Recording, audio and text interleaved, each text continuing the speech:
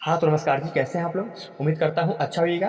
तो आज की इस वीडियो में मैं क्लास 10th वाले स्टूडेंट्स के लिए केमिस्ट्री चैप्टर 5 जिसका नाम है तत्वों का वर्गीकरण, इससे मैं कुछ वीवीआई ऑब्जेक्टिव प्रश्न लेकर आया हूँ जो आप लोग के लिए काफ़ी ज़्यादा इंपॉर्टेंट है। तो आप लोग वीडियो को फुल देखिएगा। अगर वीडियो अच्छा लगा तो वीडियो को एक लाइक करिएगा और साथ में चैनल को सब्सक्राइब जरूर कर लीजिएगा और सारा क्वेश्चन देखने का प्रयास कीजिएगा, क्योंकि ये सारा क्वेश्चन जो है प्रीवियस ईयर में काफ़ी ज़्यादा बार रिपीट किया गया है। तो आप लोग वीडियो को फुल देखिएगा। अगर वीडियो अच्छा लगा तो वीडियो को एक लाइक करिएगा और साथ में चैनल को सब्सक्राइब जरूर करिएगा। तो चलिए वीडियो का स्टार्ट करते हैं। देखिए, सबसे पहला क्वेश्चन आपके स्क्रीन पे है। देखिए क्वेश्चन क्या आपका, आधुनिक आवर्त सारणी का निर्माण किसने किया? आपको बताना है आधुनिक आवर्त सारणी का निर्माण किसने किया है। तो आधुनिक आवर्त सारणी का निर्माण मोस्ले ने किया, जो कि ऑप्शन आपका एक याद रखेगा। आधुनिक आवर्त सारणी का निर्माण किसने किया है? तो आधुनिक आवर्त सारणी का निर्माण मोस्ले ने किया, जो कि ऑप्शन आपका एक है। अगला प्रश्न देखिए, नेक्स्ट प्रश्न है आपका। सारा क्वेश्चन देखिएगा, सारा क्वेश्चन आपके लिए इंपॉर्टेंट है।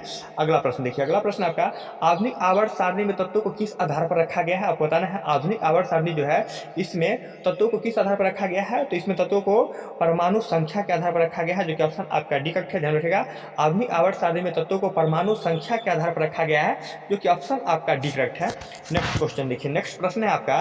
नेक्स्ट क्वेश्चन देखिएगा, आधुनिक आवर्त सारणी में क्षैतिज कतारों को क्या कहते हैं? आपको बताना है आधुनिक आवर्त सारणी में क्षैतिज कतारों को क्या कहते हैं। तो आधुनिक आवर्त सारणी में क्षैतिज कतारों को आवर्त कहा गया है, जो कि ऑप्शन आपका एक याद रखेगा। आधुनिक आवर्त सारणी में क्षैतिज कतारों को आवर्त कहा गया है, जो कि ऑप्शन आपका एक है। और आवर्तों की संख्या कितनी होती है? तो आवर्तों की संख्या 7 होती है। तो यही प्रश्न आप ध्यान में रखिएगा। अगला क्वेश्चन देखिए, नेक्स्ट प्रश्न है आपका। नेक्स्ट देखिए, आधुनिक आवर्त सारणी में ऊर्ध्वाधर कतारों को क्या कहते हैं? आपको बताना है आधुनिक आवर्त सारणी में ऊर्ध्वाधर कतारों को क्या कहते हैं। तो आधुनिक आवर्त सारणी में ऊर्ध्वाधर कतारों को वर्ग कहा गया है, जो कि ऑप्शन आपका बी करेक्ट है।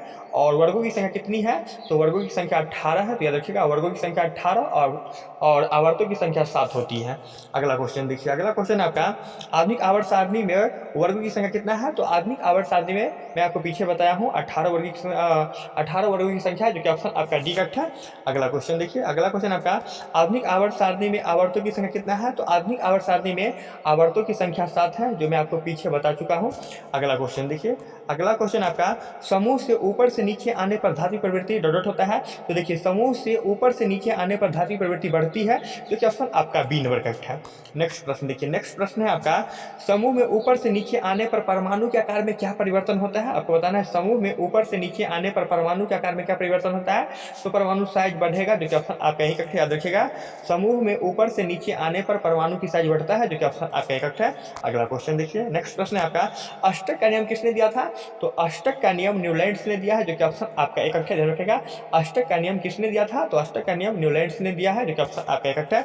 अगला क्वेश्चन देखिए, अगला क्वेश्चन आपका, अगला प्रश्न देखिए, सबसे पहले आवर्त सारणी किसने बनाया था? आपको बताना है सबसे पहले आवर्त सारणी जो है ये किसने बनाया। तो सबसे पहले आवर्त सारणी मेंडलेव ने बनाया, जो कि ऑप्शन आपका एक है। सारा क्वेश्चन देख लीजिएगा, सारा क्वेश्चन आपके लिए काफ़ी ज़्यादा इंपॉर्टेंट है। MVVI प्रश्न है फॉर बोर्ड एग्जाम 2024 के लिए। तो आप लोग याद रखिएगा, ये सारा क्वेश्चन को देख लीजिए और सारा क्वेश्चन को याद रखिएगा। अगला क्वेश्चन देखिए, अगला क्वेश्चन आपका, मेंडलीव के आवर्त नियम के अनुसार तत्वों के गुण धर्म किसकी आवर्ती फलन होता है? आपको बताना है मेंडलीव के आवर्त नियम के अनुसार तत्वों के गुण धर्म किसकी आवर्ती फलन होता है। तो ये आपका परमाणु द्रव्यमान के आवर्ती फलन होता है, जो कि ऑप्शन आपका सी करेक्ट है, याद रखिएगा। मेंडलीव के आवर्त नियम के अनुसार तत्वों के गुण धर्म किसके आवर्ती फलन होता है? तो ये आपका परमाणु द्रव्यमान का होता है, जो कि ऑप्शन आपका सी करेक्ट है।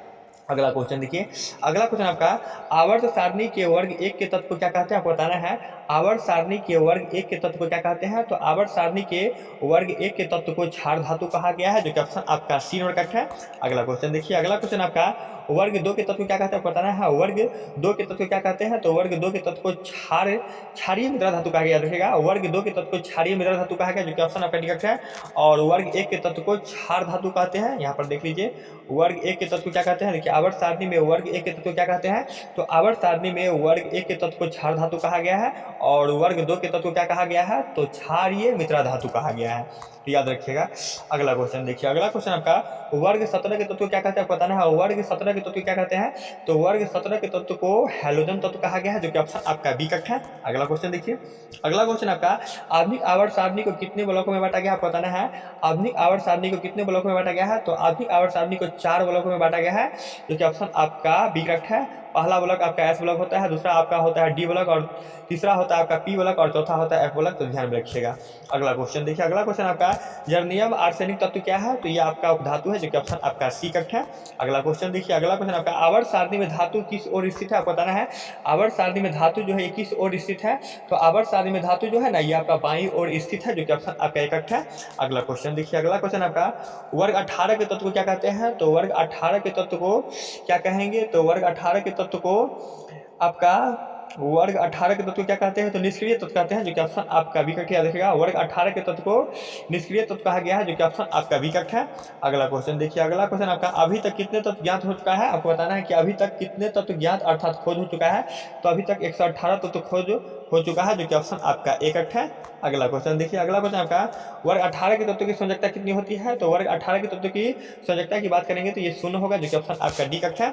अगला क्वेश्चन देखिए, अगला क्वेश्चन आपका हीलियम कैसा तत्व है? तो हीलियम आपका निष्क्रिय तत्व है, जो कि ऑप्शन आपका सी कट है। याद रखिएगा, हीलियम एक निष्क्रिय तत्व है, जो कि ऑप्शन आपका सी कट है। अगला क्वेश्चन देखिए, अगला क्वेश्चन आपका प्रत्येक आवर्त का अंतिम सदस्य होता है। आपको बताना है प्रत्येक आवर्त का अंतिम सदस्य क्या होता है। तो प्रत्येक आवर्त का अंतिम सदस्य निष्क्रिय गैस है, जो कि ऑप्शन आपका सी कट है। अगला क्वेश्चन देखिए, अगला क्वेश्चन आपका ओजोन के एक अणु में ऑक्सीजन के परमाणु की कितनी संख्या होती है? तो 3 होती है, जो कि ऑप्शन आपका सी कट है। ओजोन का रासायनिक सूत्र क्या होता है? तो ओजोन का रासायनिक सूत्र O3 होता है, तो ध्यान में रखिएगा। अगला क्वेश्चन देखिए, अगला क्वेश्चन आपका लोहा का परमाणु संख्या कितना होता है? लोहा का परमाणु संख्या 26 होता है, जो कि ऑप्शन आपका बी कट है। अगला प्रश्न देखिए, अगला प्रश्न आपका सोडियम की परमाणु संख्या 11 है, इसके बाह्यतम कक्षा में कितने इलेक्ट्रॉन होंगे? देखिए सोडियम का परमाणु संख्या कितना है? 11। तो बाह्यतम कक्षा में कितना इलेक्ट्रॉन होगा? तो पहला कक्षा में आपका 2 होगा, और दूसरा में आपका 8 होगा, और तीसरा में कितना होगा? तो 1 होगा। देखिए ये दोनों मिला कितना बना लिया? पहला कक्षा और दूसरा कक्षा मिला के 10 बना लिया, 8 और 2 10। और देखिए तीसरा कक्षा में कितना इलेक्ट्रॉन है? तीसरा मतलब ये अंतिम कक्षा हुआ, तो तीसरा के मतलब ये अंतिम कक्षा में कितना इलेक्ट्रॉन है? तो ये आपका 1 है, ऑप्शन आपका डी करेक्ट होगा।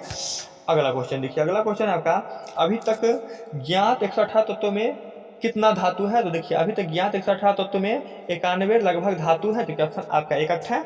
और देखिए ये आपका HW में लिए हैं, तो इसका आंसर कमेंट बॉक्स में जरूर बताइएगा। 1 HP कितने के बराबर होता है? तो इसका आंसर कमेंट बॉक्स में बताइएगा। और इस क्वेश्चन को फिर से आप समझ लीजिए, यहाँ पर देख लीजिए 26 नंबर क्वेश्चन को फिर से देख लीजिए। सोडियम की परमाणु संख्या 11 है, इसके बाह्यतम कक्षा में कितने इलेक्ट्रॉन होंगे? तो बाह्यतम यानी अंतिम कक्षा में कितना इलेक्ट्रॉन होगा? तो देखिए सोडियम का परमाणु संख्या कितना है? 11। तो पहली कक्षा में कितना आएगा? तो 2 आएगा, दूसरी कक्षा में कितना आएगा? 8 आएगा, और तीसरी कक्षा में कितना आएगा? 1 आएगा। तो देखिए ये दोनों मिलाकर यानी पहला कक्षा और दूसरा कक्षा मिलाकर कितना बना लिया? तो 8 और 2 10 बना लिया, पहला और दूसरा कक्षा मिल गया। और अंतिम कक्षा में कितना बचा? तो 1 बचा। तो सोडियम की परमाणु संख्या 11 है, तो इसके बाह्यतम अर्थात अंतिम कक्षा में कितने इलेक्ट्रॉन होंगे? तो 1 होंगे, जो कि ऑप्शन आपका डी कट है। तो उम्मीद करते हैं ये क्वेश्चन आपको समझ में आया होगा। तो आप लोग को वीडियो अच्छा लगा होगा तो वीडियो को एक लाइक करिएगा, साथ में चैनल को सब्सक्राइब जरूर कर दीजिएगा। ओके, तब तक के लिए बाय, मिलते हैं नेक्स्ट वीडियो में।